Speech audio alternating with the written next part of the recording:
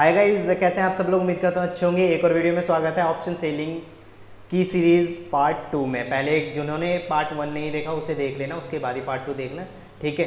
तो उसके बाद क्या है गाइस, जब हम ऑप्शन सेलिंग करते हैं तो बहुत से लोगों के क्वेश्चंस जो रहते हैं कि हाँ टाइम क्या रहेगा, ठीक है, किस टाइम पे शॉर्ट करना है, कितने पॉइंट का मैं एसएल लेना है और कहाँ एसएल टारगेट रखना है। तो ये सारी चीज़ें हम इस वीडियो में डिस्कस कर लेंगे, ठीक है। तो पॉइंट मैं कुछ लिख लेता हूँ यहाँ पे ताकि मुझे याद रहे कि क्या क्या मैं कवर करने वाला हूँ। जो हमारा पहला पॉइंट रहेगा वो रहेगा एसएल और टारगेट का, ठीक है। और जो दूसरा रहेगा वो टाइमिंग रहेगा, या पहले पे टाइमिंग डाल देंगे, ठीक है। और तीसरा रहेगा अवॉइड मतलब कहाँ कहाँ हमें ट्रेडिंग को अवॉइड करना है, किस किस कितने कितने मार्केट गिरने चढ़ने पर, ठीक है, क्योंकि ये इम्पैक्ट रखते हैं ये तीनों टॉपिक बहुत ज़्यादा। तो इसके बाद भी अगर कुछ और कवर हो पाएगा तो वो भी कवर कर देंगे, लेकिन जहाँ तक इसमें वीडियो काफ़ी लंबा हो सकता है, इसलिए ज़्यादा लंबा नहीं बनाएंगे वीडियो को, ठीक है। तो क्या करते हैं गाइज, इस वीडियो में बिल्कुल एंड तक देखना, जो भी बंदे सीखने वाले हैं बहुत अच्छे से सीखने को मिलेगा, ठीक है। तो सारी चीज़ें देखते हैं कि किस तरीके से हम इस वीडियो में अभी करते हैं। तो गाइज सबसे पहले क्या करना है, शॉर्ट स्टैडल या स्ट्रैंगल हम बनाते हैं, ठीक है। तो स्टैडल बनाते वक्त तो क्या करते हैं, दो ऑप्शन चेन में हम दोनों को इधर उधर वाले मार देते हैं सेम स्ट्राइक प्राइस पे। लेकिन एसएल टारगेट की बात कर लेते हैं। तो एसएल टारगेट क्या रखना है, ठीक है। एसएल मान लीजिए हम मार रहे हैं 300 वाले शॉट, ठीक है, 300 वाले शॉट। अगर आपको नहीं पता कि मार्केट का व्यू किधर है, 300 वाले शॉर्ट कर दिए, क्योंकि जो सेलर हैं हम, जो हमारी स्ट्रेटजी है हैजिंग वाली, ठीक है, हमारा उसमें मेन मकसद क्या है, प्रीमियम के डीके को लेना, ठीक है। जितना भी होने वाला है 50 पॉइंट 60 पॉइंट 40 पॉइंट उसे लेना, उस पर हमें प्रॉफिट कमाना। अगर हमें मार्केट का डायरेक्शन नहीं पता है तो मैंने कहा था कि 50-50 पॉइंट का एसएल लेना है इनमें 300 वाले में, ठीक है। 300 वाले में इतने का लेना है। 400 वाले में हम जो 400 वाले होते हैं उसमें आप ले सकते हो 60 पॉइंट का एसएल, या उसमें ही 50 पॉइंट का ले सकते हैं। 60 पॉइंट का भी लोगे तो भी चलोगे, या इसमें 100 पॉइंट का लोगे तो भी चलोगे। बस ये है, बस याद रखना कि मार्केट में मोमेंटम कैसा है। अगर पोजीशन को देखो हर चीज़ के, अगर तुम 50 पॉइंट का ऐसे ले रहे हो, इसमें 50 पॉइंट का ऐसे ले रहे हो और इसमें 100 पॉइंट का ऐसे ले रहे हो, दोनों चीज़ ठीक है, ठीक है। क्योंकि अगर पोजीशन ज़्यादा देर तक होल्ड रहेगी हमारी तो सिंपल सी बात है, वहाँ पर पोजीशन में प्रॉफिट आने के चांस भी ज़्यादा है, क्योंकि जल्दी स्क्वायर ऑफ होगी। तो हमारा अगर हम दोबारा पोजीशन लेते हैं तो वो एक तो ब्रोकरेज चार्ज ज़्यादा लेंगे और हमारा ट्रेड भी ज़्यादा हो जाएगी, ठीक है, प्रॉफिट भी कम हो सकता है। लेकिन हाँ, हम इसमें बचे भी पूरे रहेंगे, क्योंकि मान लो एकदम से 300 का हमने 350 का ऐसा लगा दिया, ठीक है, और एकदम से बड़ा मोमेंटम आ जाता है, एकदम से मार्केट निकल जाता है बहुत तेज़ी से, ठीक है, तो हम इसमें बच जाएंगे, ठीक है। लेकिन इसी का एसएल 400 वाली का एसएल अगर 500 लगा हुआ है और बड़ा मोमेंटम आता है तो हो सकता है एकदम से 500 का एसएल चले जाए, ठीक है। तो मार्केट को देखते हुए भी एसएल लगाने होते हैं, ठीक है। वैसे तो मैं नॉर्मली जो पॉइंट के एसएल रखता हूँ 50 पॉइंट रखता हूँ, लेकिन आपको थोड़ा सा मार्केट को भी जज करना है कि वो कैसा चल रहा है इस वक्त, ठीक है। तो वो एक्सपीरियंस के साथ आएगा और ये चीज़ें, ठीक है। लेकिन नॉर्मली ऐसे चल सकते हो 50 पॉइंट। अब आती है कि चार्ट में भी बता देता हूँ कि अगर मार्केट ऊपर नीचे ज़्यादा हो रहा है, पहले तो इसमें ही ये चीज़ बता देता हूँ कि हमें 50 पॉइंट का एसएल तो लेना ही है, साथ में 50 पॉइंट का टारगेट भी लेना है। जैसे कि मान लो मैंने 300 वाली शॉर्ट करी यहाँ से कॉल, ये वाली, और यहाँ से पुट की 300 वाली शॉर्ट, ठीक है। मैंने इसका एसएल लगाया था 350 का। तो इसमें कन्फ्यूज़न ये रहता है कई लोगों को कि एसएल अगर मान लो चला गया, ठीक है, 350 का जो एसएल था ये अगर चला गया है, क्योंकि मैंने कहा था कि इसका अगर एसएल लगाओगे 350 तो इसका टारगेट भी लगा के चलना है 250, ठीक है। और अगर आप इसका एसएल लगाओगे 350 तो इसका टारगेट लगाते हुए चलना है 250। ये आपको 4 ऑर्डर लगाने ही लगाने पड़ेंगे हैजिंग के अंदर, ठीक है। अगर आप ये नहीं लगाओगे तो लॉस हो सकता है, ठीक है। लेकिन अगर मार्केट में क्या है, शुरुआत में स्पाइक, जिस मार्केट में स्पाइक लग रहे हैं, ठीक है, स्पाइक लग रहे हैं बहुत ज़्यादा तेज़ी से, कभी क्या होता है कोई जिसमें प्राइस नज़र नहीं आता उसमें एकदम से स्पाइक लग जाता है, मतलब 300 वाला और पता नहीं कैसे वो 350 होके आ जाएगा, पता भी नहीं चलेगा, ठीक है, स्पाइक लग जाता है उसमें। तो इसलिए हमें टारगेट लगाना बहुत ज़रूरी है। तो स्पाइक में हमारा टारगेट भी आ सकता है। अगर हम टारगेट नहीं लगाएंगे, इसका डिसएडवांटेज कि ऐसा लगाए थे इसको नेकेड रख लेंगे, कई लोग ये सोच रहे होंगे, ठीक है, ऐसा लगा लो दूसरी वाले का टारगेट तो हम हाथ से निकाल देंगे। लेकिन गाइस कभी कभी इतना बुरा हो सकता है, जैसे क्या होगा, इसका एसएल जाएगा और दूसरे वाला टारगेट नहीं जा पाएगा। मतलब मान लो कॉल का एकदम से 350 का एसएल चला गया आपका, ठीक है, आपका टारगेट भी गया, लेकिन आपने टारगेट लगा नहीं रखा था अपना इस तरफ का एसएल टारगेट, और ये 350 होके दोबारा से 300 हो गए, लेकिन ये फिर 300 पहुंच गई, तो आपका जो बिना फालतू में 50 पॉइंट का लॉस हो जाएगा, और आपको उस टाइम समझ में अलग से नहीं आएगा कि अब इसका करें क्या, ये हाथ में आ जाएगी चीज़। तो ये 4 ऑर्डर, पहली बात याद रखना, ये 4 ऑर्डर मेंटेन करने ही है, ठीक है। तो आप अगर अकेले संभाल सकते हो तो ये 4 ऑर्डर मेंटेन करने पड़ेंगे आपको एसएल टारगेट, ठीक है। अब आती है प्रॉफिट को बुक कैसे करना है, ठीक है, प्रॉफिट बुक भी करना होता है। तो 300 वाले अगर ये मान लो 300 से घट के 290 हो जाते हैं, एवरेज प्राइस बोल रहा हूँ, ठीक है, बाकी आप लगा लेना 20 पॉइंट कहीं से भी घट जाए, एक 280 हो जाता है, एक 300 रह जाता है, या 280 रह जाता है, ये 300, या ये 310 हो जाता है, और ये 260, या चाहे जितने पॉइंट का भी प्रॉफिट आ रहा होगा उतने ही पॉइंट से कम एसएल कर लेना है, ठीक है। जैसे कि मान लो ये 290 रह गए 300 से, तो वहाँ से एसएल जो रखने हैं अब 350 की जगह दोनों के 340, वो 340 कर देने हैं, ठीक है। ऐसे हमें प्रॉफिट पैक करते चले जाना है, और जहाँ भी तुम्हारा निकलने का मन करे वहाँ पे निकल सकते हो, ठीक है। और होल्ड करने का मन करे तो होल्ड भी कर सकते हो, ठीक है। तो वो आप इस तरीके से कर सकते हो, ठीक है। क्योंकि अगर ज़्यादा देर तक अगर पोजीशन में मान लो प्रीमियम के हिसाब से देख लेना, प्रीमियम चेक करना ही बता देता हूँ, अगर जिन लोगों को नहीं पता, प्रीमियम देख के करना कि प्रीमियम अगर और बचा हुआ है, मान लो तुम्हें लगता है कि अभी और प्रीमियम डिके होना है, तो उसको क्या करो, और देर तक आप होल्ड कर सकते हो, लेकिन ऐसे लगा के रखना, टारगेट इस तरीके से लगा के रखना जो प्रॉफिट आ चुका है वो ना जाए, ठीक है, उससे बढ़े या तो वहीं रहे, ठीक है, इस तरीके से आपको करना है। तो मैं बता देता हूँ प्रीमियम चेक कैसे करते हैं, ठीक है। एक ये चीज़ भी हो सकता है कई लोगों को ना पता हो, तो इसलिए मैं वो बता देता हूँ प्रीमियम को चेक कैसे करना है कि प्रीमियम सही है, कम है, ज़्यादा है।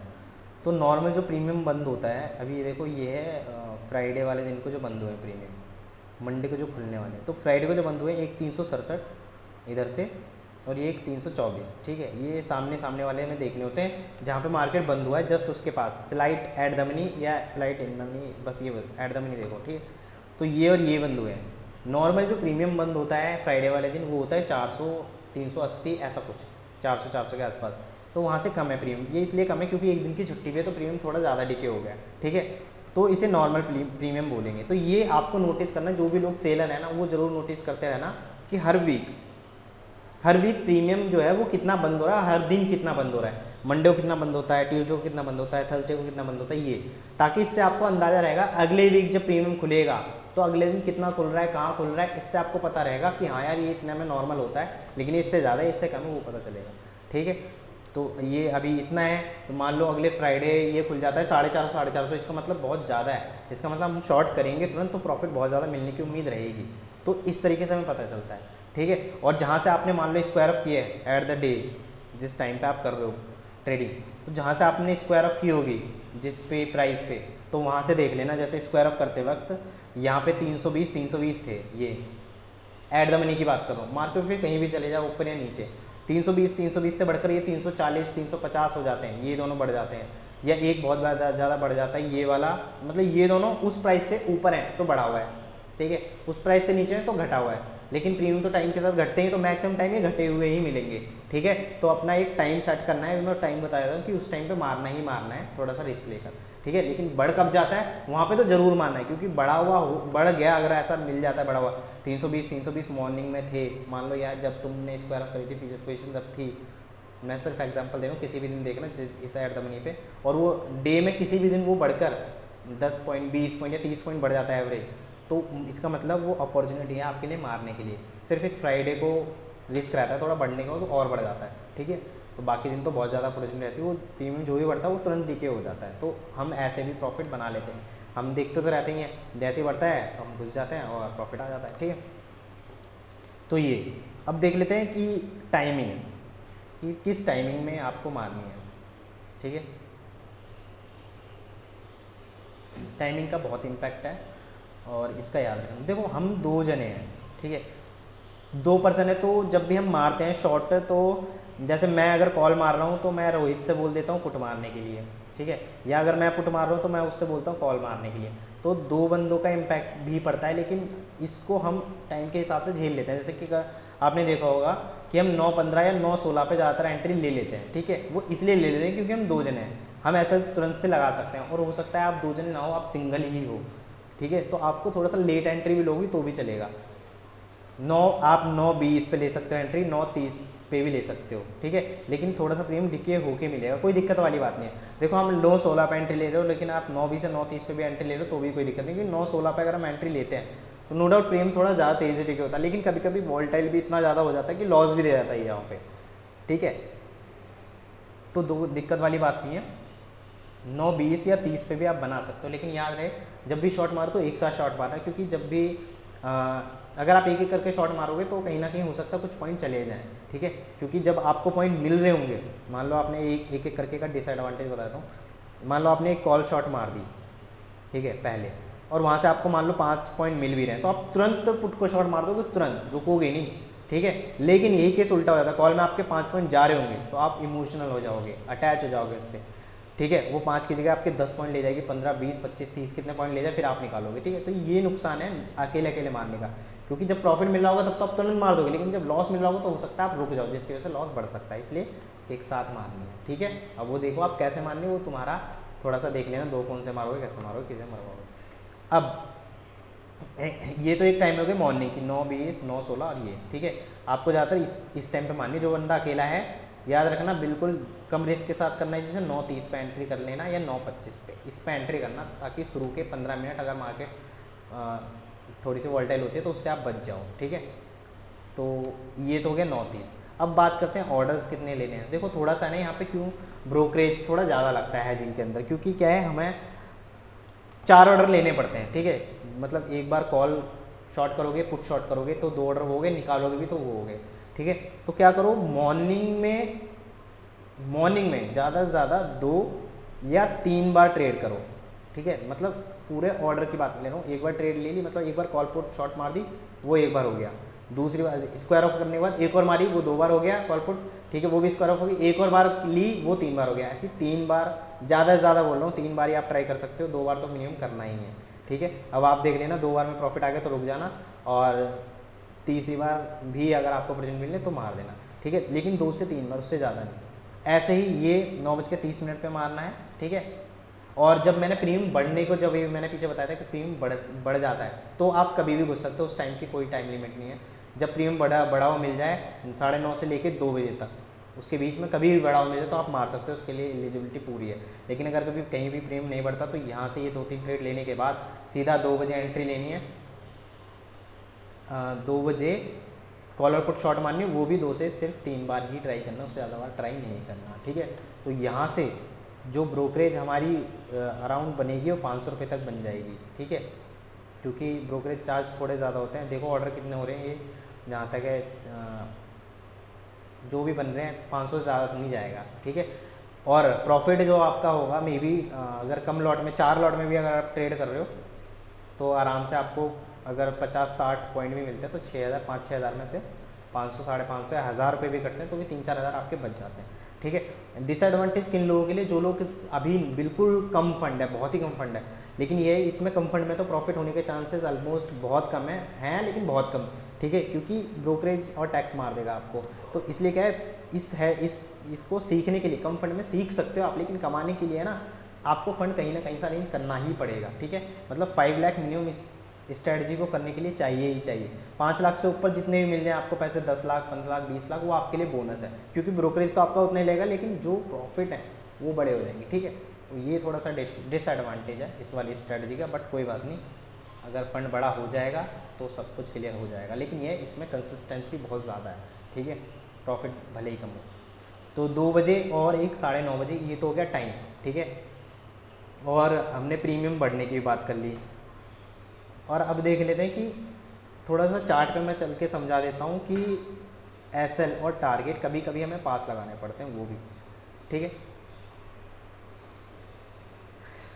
देखिए ये है चार्ट, ये है एक्सपायरी, सॉरी फ्राइडे का, ये वाला एक्सपायरी का, ये फ्राइडे का है। तो इसमें क्या करना है हमें, मैंने कहा था एसएल की बात, ठीक है, एसएल कहाँ मेंटेन करना है। जैसे कि समझ में नहीं आ रहा मार्केट किधर जाएगा किधर नहीं जाएगा, तो नॉर्मल हम 50 पॉइंट का एसएल ले लेंगे, वो भी 300 वाली करी है तब, लेकिन याद रखना अगर आप छोटी ले रहे हो तो छोटा ऐसा लगा सकते हो, नहीं जैसे मान लो आप 200 वाली में घुस रहे हो तो 200 उसमें 40 पॉइंट का आ सकता है, 120 130 वाली में घुस रहे हो तो वहाँ पे 30 पॉइंट का एसएल आएगा, ठीक है। तो उस हिसाब से आपको अपना दिमाग लगाना है कि कितना एसएल मुझे मेंटेन करना है, ठीक है, क्योंकि मैं हर स्ट्राइक प्राइस को लेकर नहीं बता सकता, मैं एक पैरामीटर लेके बता रहा हूँ, तो वो आप सोच लेना, ठीक है। अब देख लेते हैं, देखो उस दिन क्या हुआ था, जैसे फ्राइडे को मुझे लॉस हुआ था, यहाँ पे एक रेजिस्टेंस था इस प्लेस पर, ठीक है। तो जैसे कि अभी हमें समझ में नहीं आ रहा, यहाँ पे मान लो हम यहाँ पे ट्रेडिंग कर रहे हैं, लेकिन हमें मान लो बिल्कुल नूब बंदा हूँ, मुझे कुछ नहीं पता, बस मैंने स्ट्रेटजी सीख ली, तो क्या करना है, क्योंकि इस एक्सपीरियंस के साथ साथ सब कुछ आएगा, क्योंकि देखो मुझे एक्सपीरियंस ज़्यादा है, ठीक है, तो मुझे टेक्निकल्स भी सारे पता है, कहाँ पे रेजिस्टेंस, कहाँ सपोर्ट है, वहाँ पे कहाँ ज़्यादा रिस्क है, कहाँ कम है, ठीक है, तो मैं सारी चीज़ें झेल लेता हूँ आराम से। लेकिन आपको हो सकता है कोई नए बंदे एकदम से नहीं आ रही होंगी चीज़ें, ठीक है, तो एक्सपीरियंस के साथ आएंगी, तो इसलिए इस स्ट्रैटेजी को बनाया गया ताकि बंदा बचा भी रहे और सीखता भी रहे और आगे जाके प्रॉफिट अच्छा कमा ले, ठीक है। तो यहाँ पे मेरे कॉल पुट दोनों शॉर्ट थे शायद इस जगह पे, ठीक है, लेकिन जब मार्केट यहाँ पे कहीं आ गया था ना, यहाँ तब मैंने पुट निकाल दिया था, क्योंकि मुझे पता था यहाँ से रेजिस्टेंस लेके मार्केट नीचे आ सकता है, ठीक है।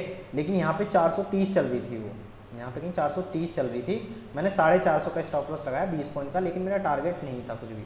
लेकिन ये यहाँ तक मेरा एसएल नहीं गया था, यहाँ तक जो ये हल्की सी विग लगी ना, इसमें मेरा एसएल गया, ठीक है उस दिन। तो यहाँ पे मुझे वो लॉस हो गया फ्राइडे वाले दिन, उसके बाद मार्केट पूरा नीचे आ गया, ठीक है।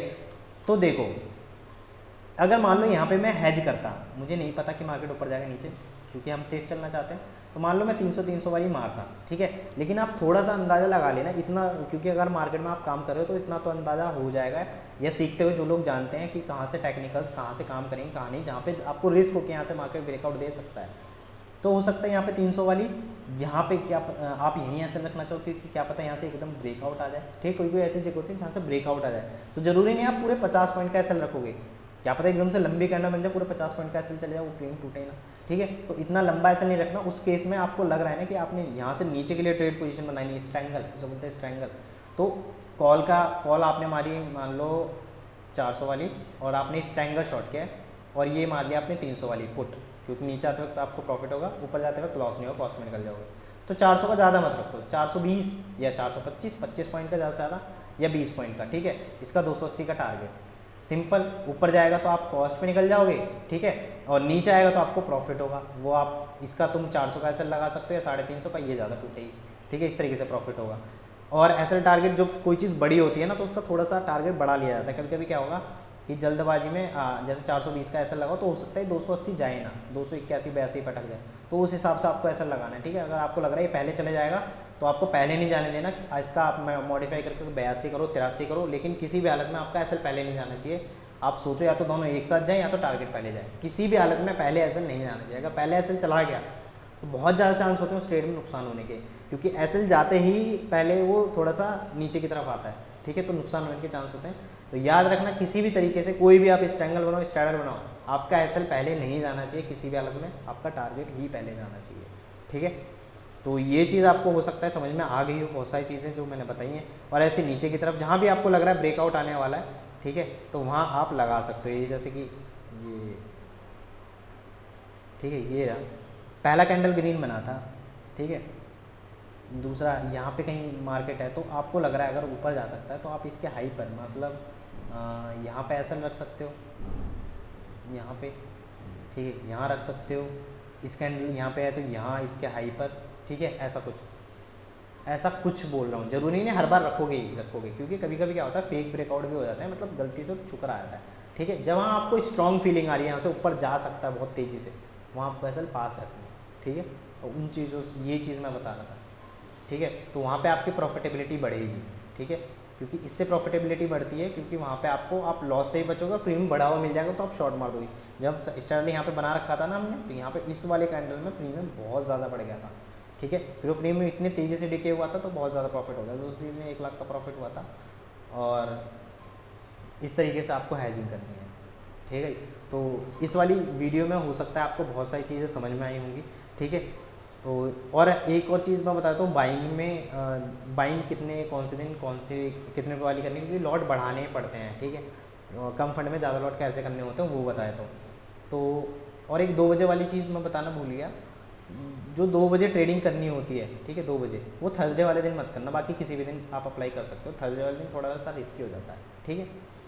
2 बजे के बाद आप ट्रेड नहीं लोगे, कौन से दिन? थर्सडे वाले दिन। जो लोग एक्सपीरियंसड हैं, जिन लोगों को 1 साल का एक्सपीरियंस है, वो लोग कर सकते हैं, लेकिन जो लोग 1 साल से नीचे के हैं, जिनको 1 साल नहीं हुआ है, वो मत करना। जो लोग 1 साल से ऊपर हैं, वो तब तक आप सब समझ जाओगे कि ऐसा कैसे फ्रेम चलता है, कितना लॉस कहाँ मिलेगा कहाँ नहीं, ठीक है। तो 2 बजे के बाद थर्सडे वाले दिन अप्लाई मत करना ये स्ट्रेटजी, 2 बजे से पहले पहले, मतलब 1 साढ़े 9 बजे जो मैंने बोला, और जो थर्सडे वाले दिन वो अपनाना है 12 बजे, ठीक है। 9, साढ़े 9 और 1, 12 बजे आ जाना, लेकिन 2 बजे मत आना। सिर्फ थर्सडे की बात कर रहा हूँ। और कभी भी जिनको अभी शुरुआत 1 साल नहीं हुआ है सेलिंग के अंदर, 2:45 के बाद भी कोई पोजीशन नहीं बनानी है, इतना याद रखना, कोई पोजीशन नहीं बनानी 2:45 के बाद। 1 साल के बाद आप बना सकते हो, क्योंकि आपके पास एक्सपीरियंस इतना होगा। क्योंकि क्यों नहीं बनानी 2:45 का? किसी भी दिन 2:45 को होता क्या है कि बहुत सारे मतलब ट्रेडर होते हैं, कई लोगों की पोजीशन नहीं होती, स्क्वायर अप कर रहे होते हैं, तो प्रीमियम अचानक से उल्टा सीधा चलने लगता है, ठीक है। एकदम से कोई बढ़ जाएगा, एकदम से कोई एकदम से घट जाएगा, तो इसलिए यहाँ पे क्या है, बहुत बंदा डर भी सकता है, मतलब रिस्क फैक्टर ज़्यादा हो जाता है, ठीक है। मतलब स्ट्रैटेजी में, मतलब स्ट्रैटेजी तो सही है, लेकिन क्या है कि थोड़ा सा ऊपर नीचे प्रीमियम जल्दी से होते हैं, तो वहाँ पे प्रीमियम कभी कभी बढ़ भी जाता है, बहुत बढ़ जाता है, शूट कर जाता है प्रीमियम। मतलब 300 वाले हो सकता है एकदम से बढ़ के 320 हो जाए, तो नुकसान हो जाता है कभी कभी, ठीक है। इसलिए ये है कि ऐसी कंडीशन आने ही मत देना, 2:45 पे पोजीशन ही मत बनाना, ठीक है। तो ये सारी चीज़ें हैं जो इस वीडियो में मैंने आज कवर की हैं। अभी भी बहुत सारी चीज़ें जो रहती हैं, जो रहेंगी, वो मैं आगे एक्सपीरियंस सारा देता चला जाऊँगा कि कैसे कैसे मार्केट को कैसे कैसे हैंडल करना है, ठीक है। तो इस वीडियो में आज के लिए गाइस इतना ही। उम्मीद करता हूँ बहुत सारी चीज़ें आपको समझ में आ गई, और जो भी चीज़ समझ में नहीं आई है कमेंट में ज़रूर बताना, और जो भी आपको आगे चाहिए वो भी कमेंट में ज़रूर बता देना। जितने भी थॉट्स हो सब डाल देना कमेंट में, सारे कमेंट हम पढ़ते हैं, ठीक है गाइस। जो भी चीज़ चाहिए आपको वो आप कमेंट कर सकते हैं। तब तक के लिए गाइस बाय, नेक्स्ट वीडियो में जल्दी मिलेंगे।